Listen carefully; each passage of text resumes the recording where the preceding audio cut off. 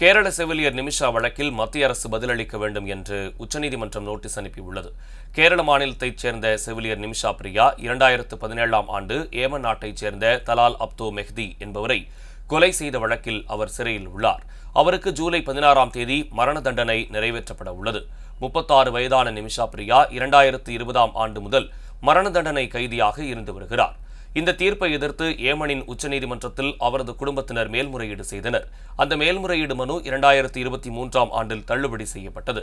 ஏமனின் ஷரியா சட்டத்தின்படி பாதிக்கப்பட்டவரின் குடும்பத்திடம் இழப்பீடு கொடுத்து மன்னிப்பு பெறுவதன் மூலம் நிமிஷா பிரியாவை காப்பாற்ற கடைசியாக ஒரு வாய்ப்பு இருக்கும் சூழல் உள்ளது.